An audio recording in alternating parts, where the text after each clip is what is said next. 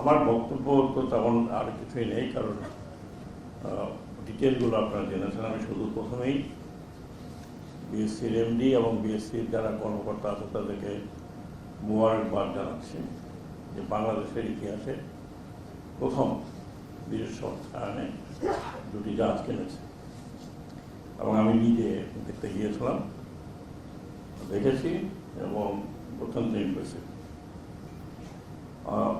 আমি মনে করি যে বর্তমানে বাংলাদেশের যে বাণিজ্য ব্যবসা বাণিজ্য বাড়ছে একদিকে, আর আন্তর্জাতিক অঙ্গনেও এখন শিপিং লাইন একটা সবচেয়ে অনেক বড় একটা বিজনেস, এবং এখানে সরকারের কিছু নিয়ন্ত্রণের জন্য সরকারের একটা অংশের জন্য বিএসসি খুব জোরালো ভূমিকা ছিল এবং আছে। কিন্তু আনফর্চুনেটলি মিসম্যানেজমেন্টের কারণে অতীতে বিএসসি খুব লাভের মুখ দেখেনি। আমি যখন এই মন্ত্রণালয়ে আসলাম গত বছর অগাস্টে, প্রথম যখন বিএসসি বোর্ডে বসতাম, সেই দিন আলোচনা হচ্ছিল যে বিএসসি কতখানি কত টাকা লাভ করে সেই পর্যন্ত, এবং শেয়ার মার্কেটে তার অবস্থানটা কী। এবং বোর্ডের পরিচালনার মধ্যে প্রথমে ছিল যে আমরা সরকারকে 475 টাকা যে লোন নিয়েছে তার একটা কিস্তি ফেরত দেব। এটাও ছিল বাংলাদেশে একটা অভূতপূর্ব বিষয়। বাংলাদেশের কোনো কর্পোরেশন বা কোনো সংস্থা সরকারের লোন নিয়ে সে লোন ফেরত দেয় না, দিতে পারে না। কারণ এই যে কোনো ব্যবসায় সরকারের যে কোনো ব্যবসা কিন্তু কোনো লাভ খুব একটা দেখে না, এবং এটা একটা স্ট্যাবলিশ সত্য, বিশেষ করে বাংলাদেশের এখানে। সে জায়গাতে আমি অত্যন্ত গর্ব ফিল করেছিলাম যখন আমি এবং এমডি এবং সিনিয়র সচিব আমরা গিয়ে এই টাকাটা ফেরত দিয়েছিলাম। তারপরে ওই দিনই আমরা সিদ্ধান্ত নিলাম, যেহেতু এমডি চাচ্ছিল যে দুটো জাহাজ কেনা হোক, তখন বোর্ডের সিদ্ধান্ত নিলাম যে কেনা হোক। এটা বোধহয় মান্থ অফ সেপ্টেম্বর, যদি আমি ভুল না করি, সেপ্টেম্বর মাসে আমরা ডিসাইড করলাম যে আরও দুটো জাহাজ কিনবো। এবং আমি বলেছিলাম বোর্ডকে, এবং বোর্ড রাজি হয়েছিল যে আমরা জাহাজ কিনবো 5 বছরের, ম্যাক্সিমাম 5 বছরের পুরাতন, অফ দ্য শেলফ জাহাজ কেনার আইডিয়াটা এই জন্য ছিল যে এই আমরা অন্তত আমার টেনিয়রের মধ্যে দুটো জাহাজ কেনা। এই অফ দ্য শেলফ জাহাজ কিনতে গিয়ে এমডি, বিএসসি এবং তার টিম প্রচুর পরিশ্রম করেছে, এবং প্রায় আমরা শুনতাম যে জাহাজ অমুক জায়গায় আছে, এই জায়গায় আছে, এই জায়গায় আছে, যেগুলো তারা ফলো করছিল।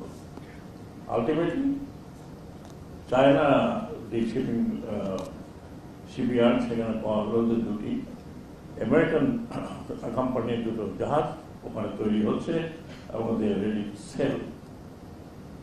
তারপরে যে প্রকিউরমেন্ট প্রসেস আছে বাংলাদেশ গভর্নমেন্টের, প্লাস শুধু সেটাই নয়, আরও কিছু বিষয় নিয়ে পুরো এটাকে ইভ্যালুয়েশন করা হলো, এবং সেই ইভ্যালুয়েশন রেজাল্ট আমরা বোর্ডের মাধ্যমে জানতে পারলাম। এটা সমস্ত কৃতিত্ব যায় কমোডোর মালিক এবং তার টিম, বিএসসি টিম, অত্যন্ত এফিসিয়েন্ট টিম এবং অত্যন্ত এফিসিয়েন্টলি দেওয়া যায়। বাংলাদেশের শিপিং কর্পোরেশন ছাড়াও বেশ বড় প্রাইভেট কোম্পানি আছে যারা এই জাহাজ পরিচালনা করছেন, আমি শিপিং বিজনেস করছেন, 2 জন এখানে অলরেডি আছে। যখন আমি ওনাদের সাথে দেখা হলো আমার, তখন প্রথম ওনারা বললো যে জাহাজকে তারা আর এক্সপ্যান্ড করতে পারছে না। কেন? ট্যাক্সের উপর 7.5% যদি ভুল না করি ভ্যাট লাগানো আছে, এবং তা যদি হয় তাহলে জাহাজের যে প্রাইস তার সাথে কত টাকা অ্যাড করতে হয়, এবং সেটা ব্যাংকের থেকে লোন নিয়ে বা অন্য জায়গা থেকে নিয়ে আর জাহাজ কেনার তাদের সামর্থ্য হয় না বলে বেশ অনেক বছর থেকে কোনো জাহাজ অ্যাড হয়নি প্রাইভেট সেক্টরে। তো ওনাদের কথা শোনার পরে আমি এনবিআর এর চেয়ারম্যানের সাথে কথা বললাম। এনবিআর চেয়ারম্যান আমাকে অদ্ভুত একটা কথা বললেন যে এটা আগে ওয়ার্ল্ড ব্যাংক এডিবি থেকে বলেছে যে ব্যাট বসাতে হবে। তখন আমি বললাম যে ব্যাটকে আপনি বসালেন, আমাদের জাহাজ শিল্প আর বাড়বে না। যারা জাহাজ কিনতে যাচ্ছে তারা তো পকেট থেকে ডেফিনেটলি কেনে না, কিন্তু ব্যাংক থেকে লোন টোন নিয়ে উঠতে নেয়। তাকে যদি এত ট্যাক্স তার উপরে 7% ব্যাট দিতে হয়, তাহলে একটা জাহাজের দাম কত পড়ে? এটা নিয়ে আমাকে এনবিআর চেয়ারম্যান বললেন যে স্যার আমি এটা দেখবো, নেক্সট আমাদের মিটিং আমরা এটা উঠাবো, এবং এটা আমাদের উপরে চাপানো হয়েছে, বলে কোনো ফাঁকটাক দিয়ে এটা করবো। এর মধ্যে কমার্স মিনিস্ট্রিও মানে অ্যাপ্রোচ করেছিল, কারণ এগুলো কমার্স মিনিস্ট্রিও একটা অ্যাপিল ছিল, আমাদের একটা অ্যাপিল ছিল, দুটো মিলিয়ে এনবিআর চেয়ারম্যান আমাকে বললেন যে তাই এটা আমরা 1 বছরের জন্য কমিয়ে দিয়েছি, এক্সাম করে দিয়েছি ফর 1 ইয়ার। তো আমি বললাম 1 ইয়ার কেন, ওর বছর বছর এটা করা হবে, রিভিউ করা হবে। এটা একটা সুখবর আজমজেদ চৌধুরী আপনাদের জন্য যে 7.5% যে ব্যাগটা ছিল সেটা আর থাকছে না। সিমিলারলি আমি বিএসসি কিছু ফিউচারিস্টিক প্ল্যানের কথা বলেছি। আমরা যখন আমাদের বিএসসি সম্বন্ধে কথা বলছিলাম চিফ অ্যাডভাইজারের সামনে, তখন ওনাকে বললাম বিষয়টি যে first time Bangladesh shipping corporation তার নিজের পয়সায় without any single Penney from the government or bank purchase করছে। হি ওয়াজ ভেরি এক্সাইটেড। আমার সামনে বসা ছিল ফাইন্যান্স সেক্রেটারি, সে স্বতঃস্ফূর্তভাবে বলল স্যার আমি আপনাকে আরও 3টা জাহাজ কেনার লোন দেব। আমি চাইনি, কিন্তু উনি বললেন দেব। ঠিক বলছেন তো? জি স্যার দেব। So Malik was abroad. I called just coming out of the meeting. I said, Malik, so we make the DPP. We get 3 more ships. DPP is almost finished. আমি আশা করি যে আমাদের আর যত কত মাস বাকি আছে এর মধ্যে আমরা এটাকে থ্রু করে যেতে পারবো, আশা করি। সেটা হচ্ছে 3 more ships. And again, same process. We would change the ship and buy. And then of course বাকি তো চায়নাতে হচ্ছে, কোরিয়া থেকে নেওয়া হচ্ছে। ইতিমধ্যে আমি বিএসসিকে আরেকটু বিশ্বাস করার চেষ্টা করছি। উই নিড এলএনজি ক্যারিয়ার, বা let's try to buy 2 LNG carrier, and they are working on it. আমরা আজমজেদ চৌধুরীর সাথে কম্পিট করতে চাই এলএনজি ক্যারিয়ার। তো আশা করি, আমি জানি না আমার সন্তান হবে না, বাট এলএনজি ক্যারিয়ার আর ডিপিপি অলমোস্ট রেডি। আমরা দেখবো এটা যদি কিছু অগ্রগতি করা যায়। উই নিড এলএনজি ক্যারিয়ার, কারণ আমাদের মোটামুটি এলএনজি ইম্পোর্ট করতেই হবে।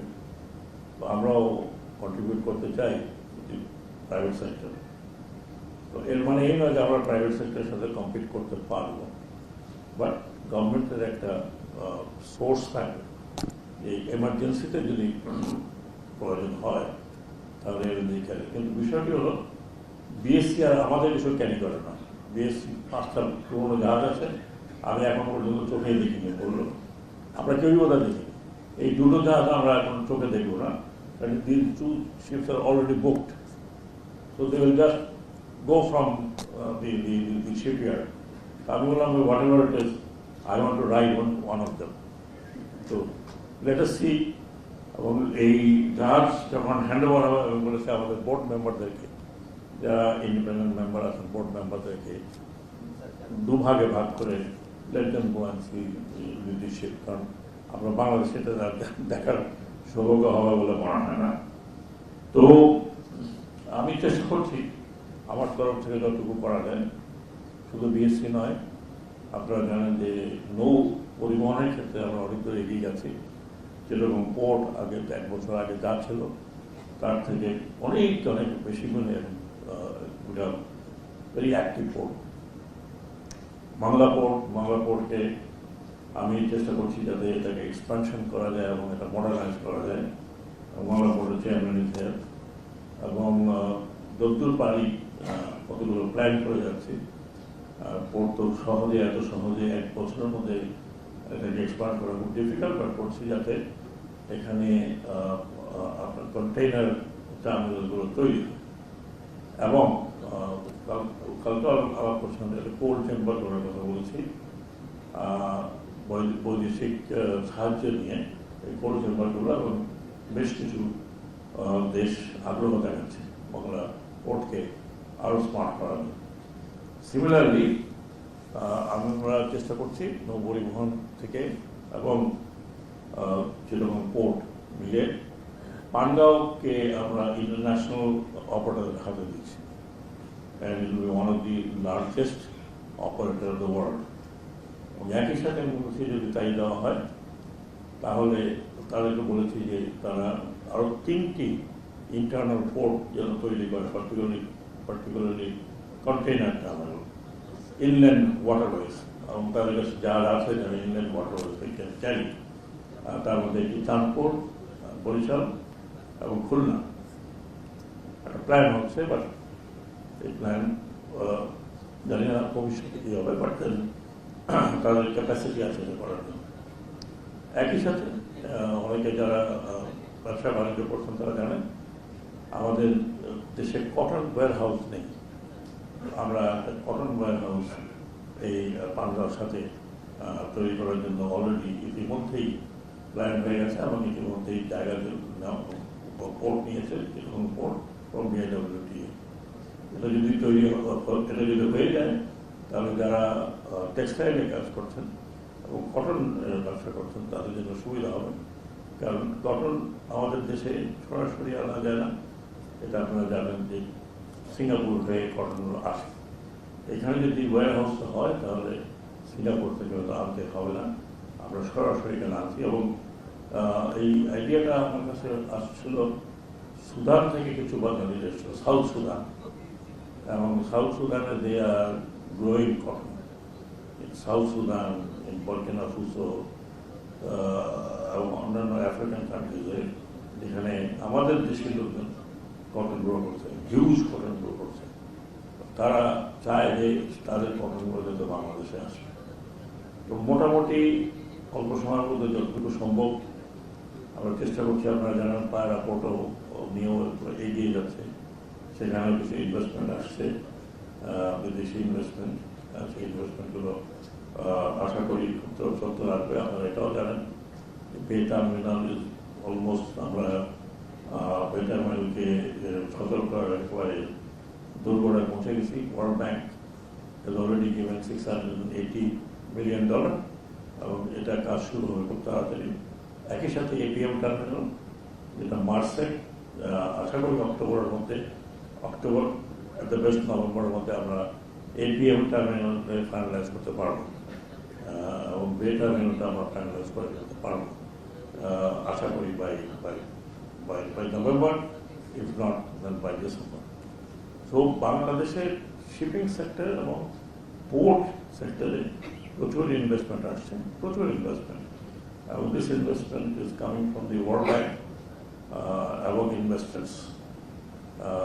আশা করি যে আমাদের এই সেক্টরে, বিশেষ করে নৌ পরিবহন সেক্টরে যে ইনভেস্টমেন্টগুলো আসছে সেগুলো একটা সদ্ব্যবহার হবে, এবং ভবিষ্যতেও আশা করি যে এই investment will definitely give a boost to Bangladesh economy.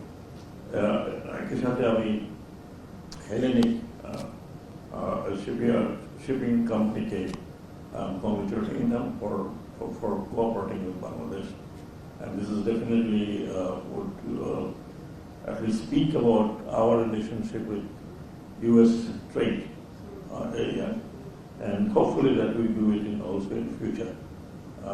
Very soon we might get more from your company or any other U.S. company will compete. আপনাদেরকে অনেক অনেক ধন্যবাদ এখানে আসার জন্য এবং আমার বক্তব্য শোনার জন্য। আমি আবার বিএসসির সকলকে, কমোডোর মালিক স্পেশালি এবং বিএসসির সকলকে ধন্যবাদ জানাচ্ছি এবং মোবারকবাদ জানাচ্ছি। এর একটা এক্সাম্পল আমি মনে করি যে ভালো ম্যানেজমেন্ট হলে যে কোনো ইভেন ডেড হর্সকেও একটু তাড়া করানো যায়। তার উদাহরণ হচ্ছে